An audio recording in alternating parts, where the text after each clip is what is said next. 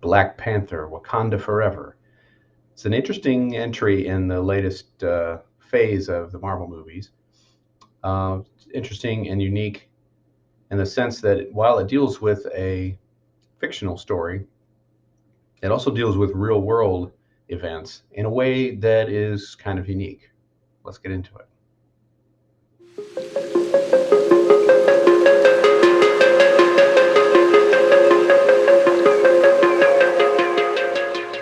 So, Wakanda Forever, directed by Ryan Coogler, starring Letitia White as Shuri, Angela Bassett as Queen Ramonda, Lupita Nyong'o as Nakia, and Tanakh Huerta as King Namor. I apologize for the pronunciation. Anyway, by now you all know the story about how the sequel to Black Panther had already been written when tragedy struck. And the lead character, Chadwick Boseman as King T'Challa, died in August of 2020 of colon cancer.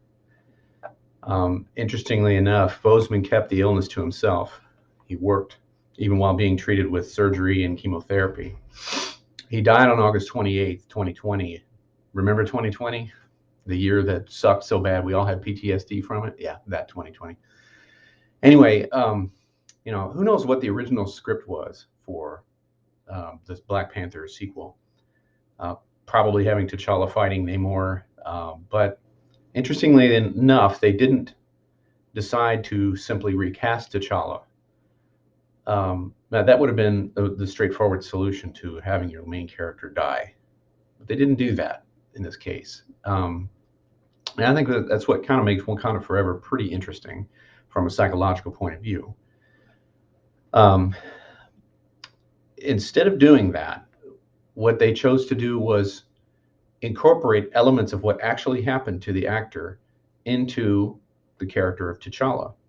He was very ill. He kept it to himself. It was a big shock. He died. Everyone's grieving. So obviously, that's going to hit pretty hard, harder than what you might normally see. Anyone who enjoyed the first Black Panther movie, I did, was shocked by that. I think he was in his 40s when he died. Coming from a guy who's 52, that's pretty young, if you ask me. Of course, those people that worked in the movie industry with Boseman were equally devastated. So it made Wakanda Forever kind of a tribute to him as much as it was a sequel to the Black Panther movie. And the inclusion of this grief into the movie makes Wakanda Forever rather unusual. Because we're not just dealing with the death of a fictional character, which can be impactful in and of itself, of course, but also the death of the actor himself.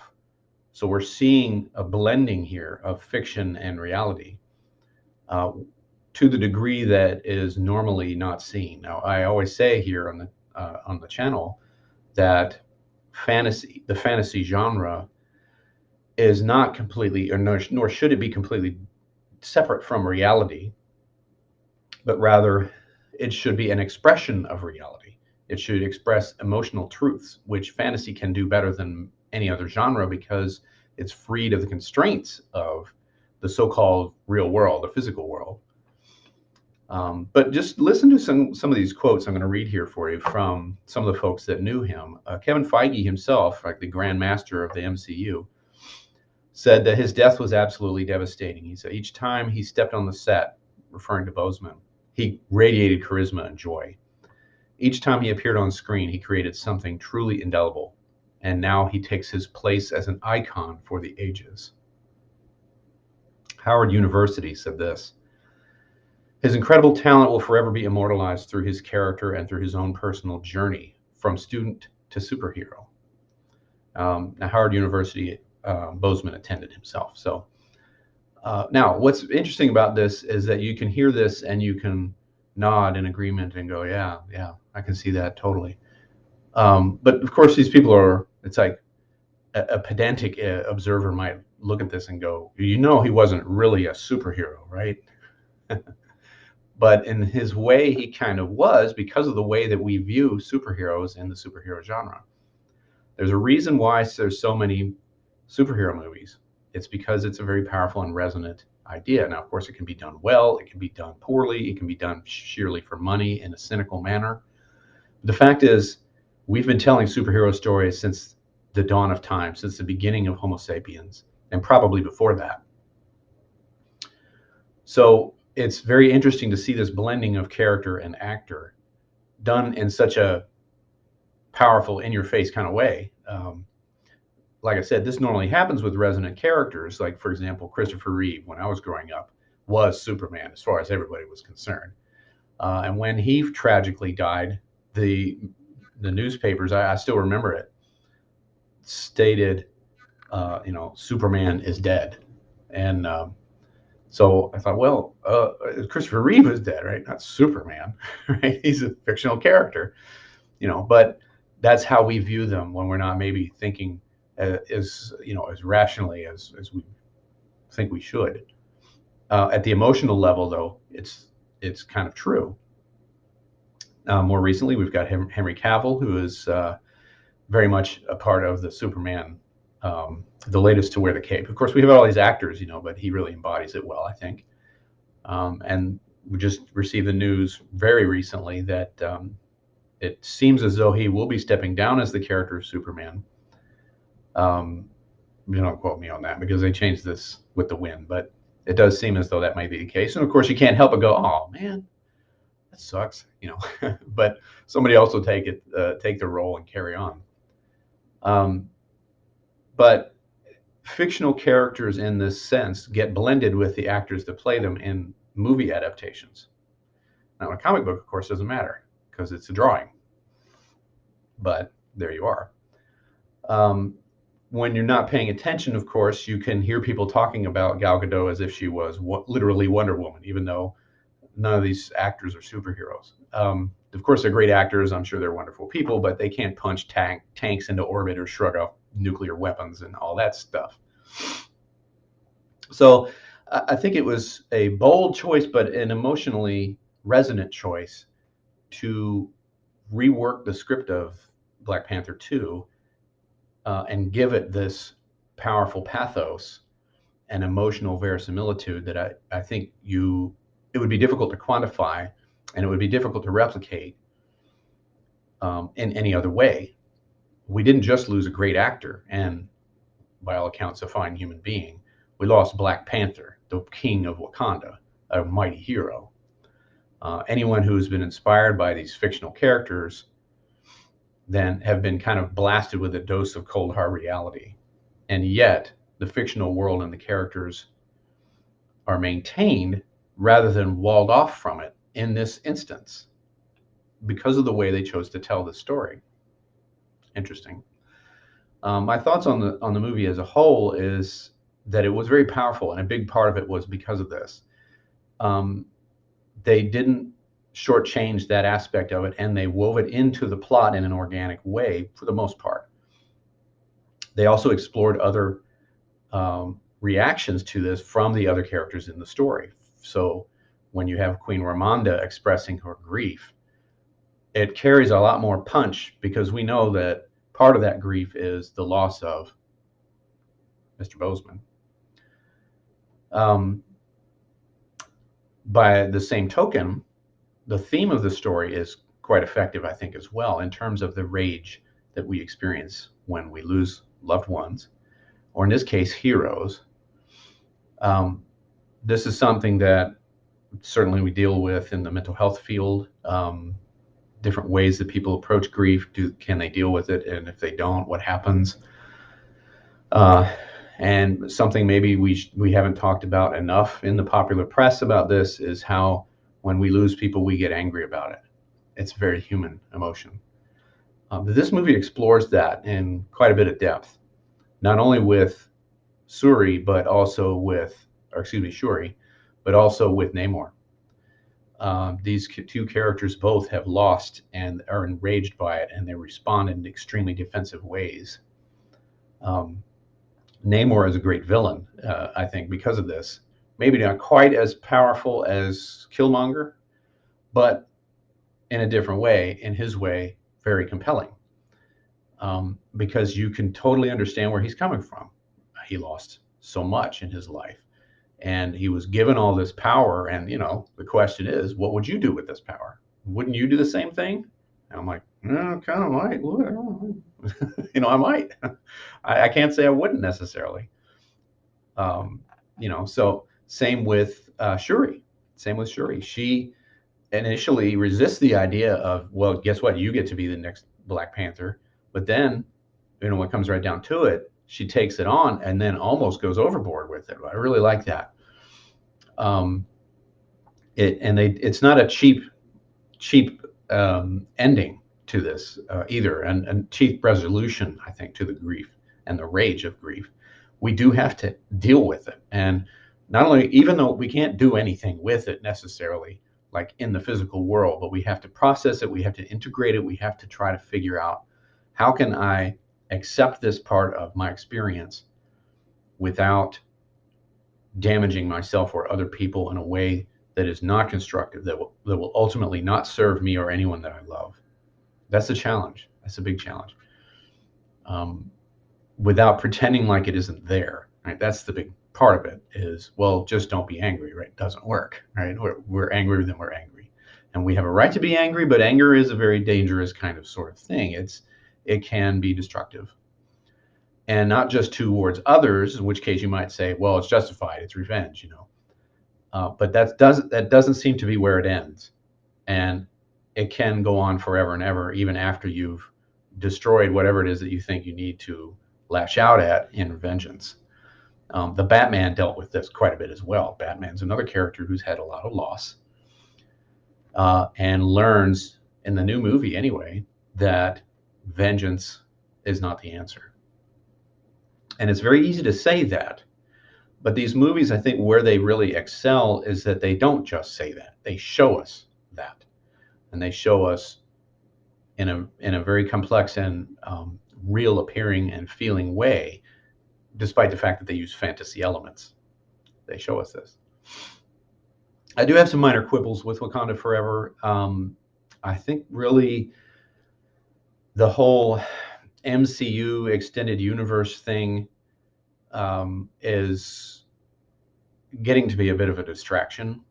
And again, kind of really didn't see how much of a big deal this can be until I watched The Batman, which was a completely self-contained unit of a story. It didn't depend on being a part of a shared cinematic universe. Now, of course, there's lots of references to the Batman comics and all that, but it was not really important to the story.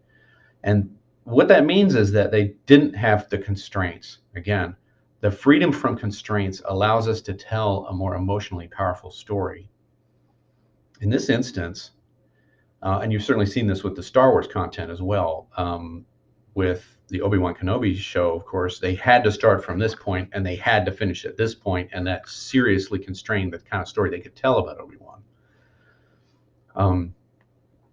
Same thing with Andor, but in reverse, right? There was very little known about Andor. That show has received quite a bit of accolades, and I enjoyed it tremendously. And no small part because I had no idea where they were going to go with it. I mean, all we know is that he winds up getting blown up on Scarif, but that's it. We don't know anything else about him except what we see in Rogue One. So that freedom, though, gave the showrunners the ability to say, let's tell a self-contained, powerfully emotional story, and we don't have all these constraints and links to canon, and, oh, wait a minute, this will be inconsistent with that other movie that we made 5 years ago, or this TV show that just came out, there's 12 episodes, blah, blah, blah. They don't have to worry about that stuff. That kind of thing, I think, is drawing energy away from Wakanda Forever. They had characters that we've seen in other shows, and they're doing tons of setup for other stuff, and that really is a distraction, and it gets old quick. Of course, ancient storytellers didn't bother with this. They probably realized intuitively that it detracted from the main story at hand, which is why if you have 105 different stories about Finn McCool in Ireland or Scotland, they're not going to all perfectly interlock, because I mean, here's the secret: nobody really cares. You got these people that get online and they worry about Easter eggs and continuity and all that kind of stuff, and that's always going to be there. But for the broader audience, I don't think anybody really cares that much. What they want is a good story. They want a good, powerful, emotionally resonant story to be told to them right in the moment, without all this reference to all this other stuff outside of that. That's just my take. Um, Stories throughout history could easily be, you could easily say, well, these are plot holes, right? But you have many different folk tales about different characters. I mean, folk tales are so pared down that sometimes the characters don't even have names. They just, or they'll just give them the name Jack, for example, in European folk tales of America and English speaking areas. So that gets around that whole problem. And what it does, of course, is it draws you into, like, this is the world of this story right now that I'm telling you, and you don't need any access to anything else outside that. And you're focused and zeroed in on what I'm telling you right now about this one particular character. Very powerful stuff. So as impressive as the MCU effort has been to keep everything interconnected, I think there's a limit to how much they can do that without it starting to pull away from the actual story that we're sitting down watching and paying good money for to watch today. I don't think it's worth there's a diminishing return with that kind of stuff. So anyway, that's my take on that. Overall, that's a minor detraction from Wakanda Forever, which I think is a good movie. It's a really great story about the rage of grief. It hits really hard because we've all, to one degree or another, felt the shock and loss of this great actor. On the channel, I've often mentioned that the biggest problem with the relationship between the inner and the outer worlds arise when they are utterly separated by an iron wall. It makes the inner world completely irrelevant and just nothing but pure fantasy, and the outer world utterly drained of all sort of meaningfulness and color. That's bad, right? We don't want that. We want there to be a blend of quote fantasy and quote reality, right? Even saying it that way implies a devaluation of one over the other, and that's not the ideal state. The ideal state is to have a blend of the outer world and the inner world. The inner world is where the meaning and the value and the emotion and the oomph comes from, and the outer world is where the power and the solidity of it. You can see this in rituals all over the world. My research on ritual scholarship, as it applies to psychotherapy, this is a point I made frequently, which is what rituals seem to do is they take the abstract, the spiritual, and they bring it down to the blood and guts, stone cold reality of the physical world, and they blend them perfectly. And that's why they can be so impactful. Ultimately, myth making is meaning making. It's our primary psychological function, making meaning. This function is how we transcend pain and loss to the degree that it is possible to do. And so, in that light, I think Wakanda Forever is quite beautiful. It's an expression of mythic level grieving and myth making as a way to honor Chadwick Boseman and immortalize him in memory and myth, which can last thousands of years. Myths can. Honestly, the old late 19th, early 20th century idea that scholars had that someday myths would be overtaken by science as a description of the world has not happened, and it will never happen.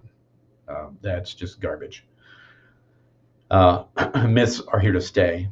We are a myth-making organism. So that's what I got for you today. I hope you liked this video. Make sure you click subscribe, do all the things, and we'll catch you next time.